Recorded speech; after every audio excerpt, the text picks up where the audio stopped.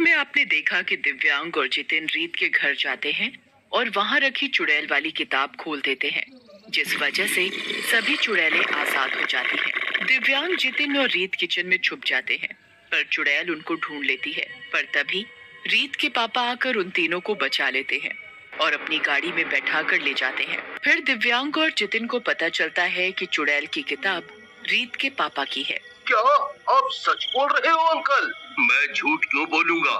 उन चुड़ैलों को मैंने ही बनाया है। पर कैसे? कोई इंसान चुड़ैलों को कैसे बना सकता है?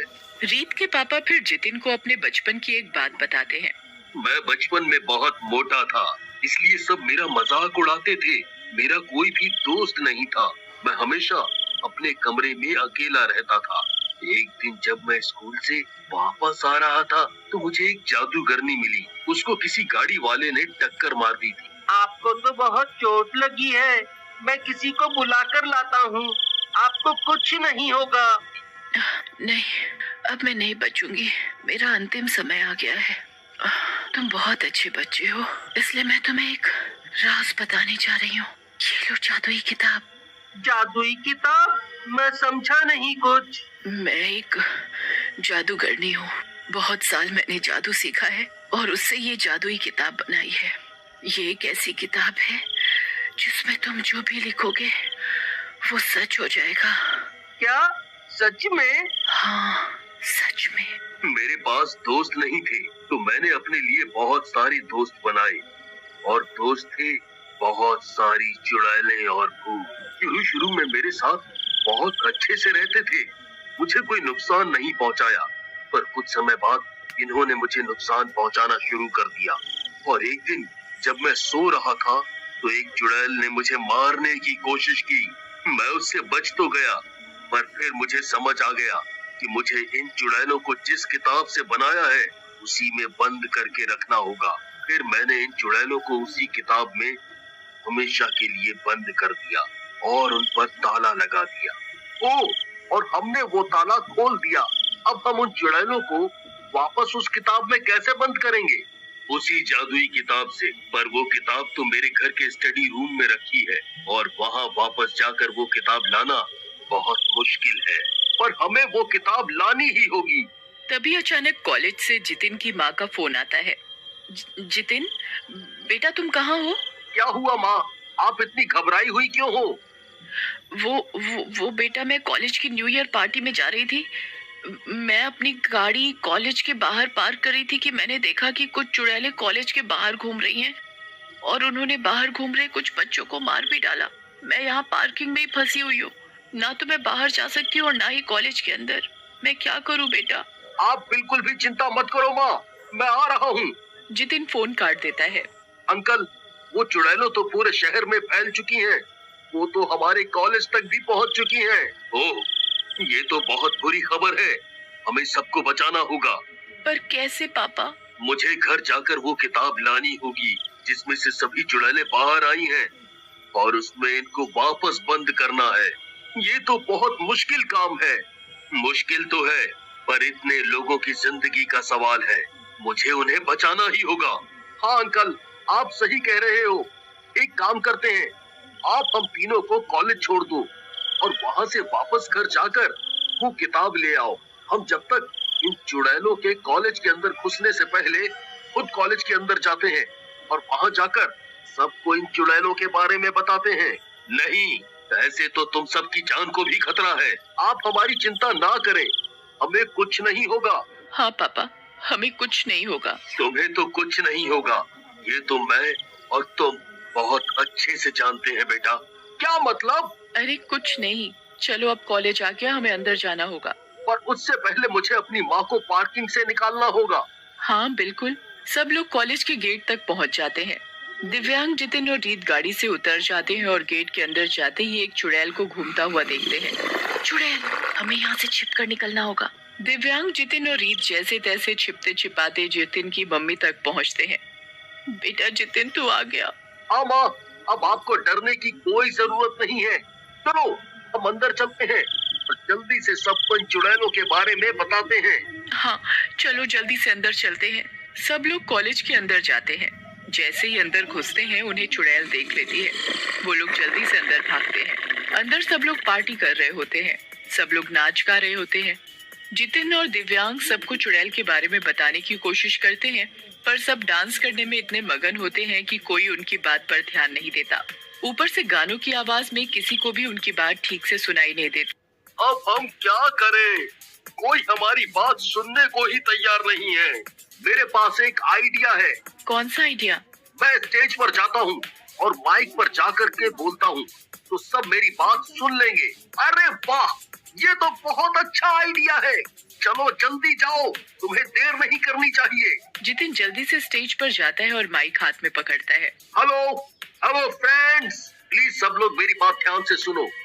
कुछ चुड़ैलें एक किताब से आजाद हो गई हैं और पूरे शहर में फैल गई हैं।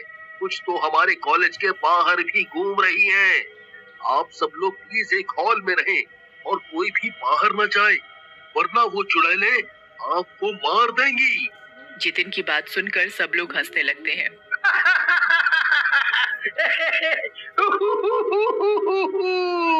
ये क्या मजाक है जितिन? आज न्यू ईयर है, कोई अप्रैल फूल नहीं। सब लोग जितिन पर हंसने लगते हैं। जितिन सबको समझाने की बहुत कोशिश करता है, पर कोई उसकी नहीं मानता और सब नाचने लगते हैं। तभी कुछ चुड़ैल हॉल के अंदर आ जाती हैं और कॉलेज के कुछ बच्चों को पकड़ लेती हैं। बचाओ बचाओ, यहाँ तो सच में चुड़ैल है, ये तो हमें मार डालेगी, कोई बचाओ। चारों तरफ हड़कंप मच जाता है, सब इधर उधर भागने लगते हैं। चुड़ैलें एक एक करके बच्चों को पकड़ पकड़ कर उनका खून पी रही होती हैं और एक चुड़ैल आकर रीत को पकड़ लेती है। बचाओ बचाओ, मुझे बचाओ। रीत बुरी तरह चिल्ला रही होती है और बाकी सब एक दीवार के पीछे छिप जाते हैं। वो चाहकर भी रीत को नहीं बचा पा रहे होते। चुड़ैल रीत को पकड़कर उसका खून पीने लगती है। फिर अचानक वो रीत को धक्का देकर दूर कर देती है। तुझ में तो खून ही नहीं है, बच गई तू, वरना अभी मैं तेरा सारा खून पी जाती। खून नहीं है? ऐसे कैसे हो सकता है कि कोई इंसान बिना खून के जिंदा हो? अरे यार, हमें इससे क्या, बस रीत बच गई ना। हाँ, सही कहा। चुड़ैल वहाँ से चली जाती है और सब लोग बाहर निकल आते हैं। चलो अब जल्दी चलो और नीचे बेसमेंट का गेट खोलकर सबको उसमें ले चलते हैं, फिर हम बाहर से ताला लगा देंगे। कॉलेज के सभी लोग उस हॉल के अंदर जाने लगते हैं। धीरे धीरे सभी लोग हॉल में पहुंच जाते हैं और जितिन तुरंत अंदर से हॉल का दरवाजा बंद कर देता है। जल्दी से यहाँ की सारी खिड़कियाँ अच्छे से बंद कर दो।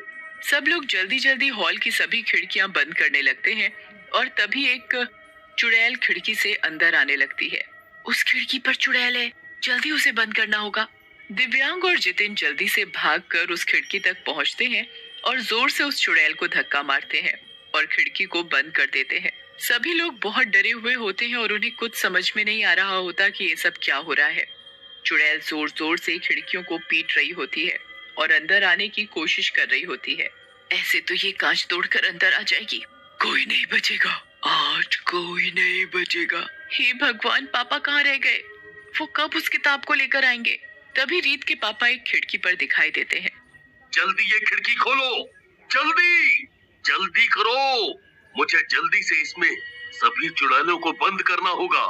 तभी अचानक कांच टूटने की आवाज आती है और एक के बाद एक कांच टूटता है और सारी चुड़ैलें अंदर आ जाती हैं और चारों तरफ सब चिल्लाने लगते हैं। चुड़ैलें चारों तरफ फैल गई हैं। इन चुड़ैलों को इस किताब के अंदर ले जाना बहुत मुश्किल है। अगर मैं इन चुड़ैलों को इस किताब के अंदर बंद करता हूँ तो ये लोग भी इनके साथ इस किताब में बंद हो जाएंगे। बस अब एक ही तरीका बचा है, एक ही तरीका। वो क्या? इस किताब के खत्म होते ही सभी चुड़ैलें इसके साथ खत्म हो जाएंगी। तो क्यों ना आप इस किताब को ही जला दें? नहीं, कभी नहीं, मैं ऐसा नहीं कर सकता। पर क्यों? आपको इस किताब का इतना लालच है कि हमारी जान की भी परवाह नहीं कर रहे हैं आप। मुझे परवाह है और मुझे कोई लालच नहीं है, बस बात कुछ और है। क्या? वो मेरी बेटी, मैंने रीत को भी इसी किताब से बनाया है। मैंने कभी शादी नहीं की और बस इसलिए एक प्यारी सी बेटी इस किताब से बना ली। और अगर मैं ये किताब नष्ट करता हूँ तो रीत भी उस किताब के खत्म होते ही खुद ब खुद खत्म हो जाएगी। ओह, तभी रीत हमेशा घर में बंद रहती थी और उसमें इसीलिए खून ही नहीं है। हाँ। पापा, आप मेरे लिए सबकी जान जोखिम में नहीं डाल सकते। रीत अपने पापा को बहुत समझाती है पर वो उसकी बात नहीं मानते। सबको ये सच जानकर बहुत दुख होता है। कोई भी रीत को खोना नहीं चाहता था। तभी अचानक एक चुड़ैल पीछे से आकर जितिन को पकड़ लेती है। जितिन को बचाओ पापा, जला दो इस किताब को। कोई रीत की नहीं सुनता और रीत खुद उस किताब को आग लगा देती है। किताब में आग लगते ही सारी चुड़ैलें एक एक करके उस किताब में जाकर जलने लगती हैं और कुछ ही पलों में सभी चुड़ैलें किताब में जल जाती हैं। रीत भी उस किताब में जलने ही वाली होती है और तभी जितिन अपने हाथ से आग बुझा देता है। किताब का आखिरी पन्ना जलने से बच जाता है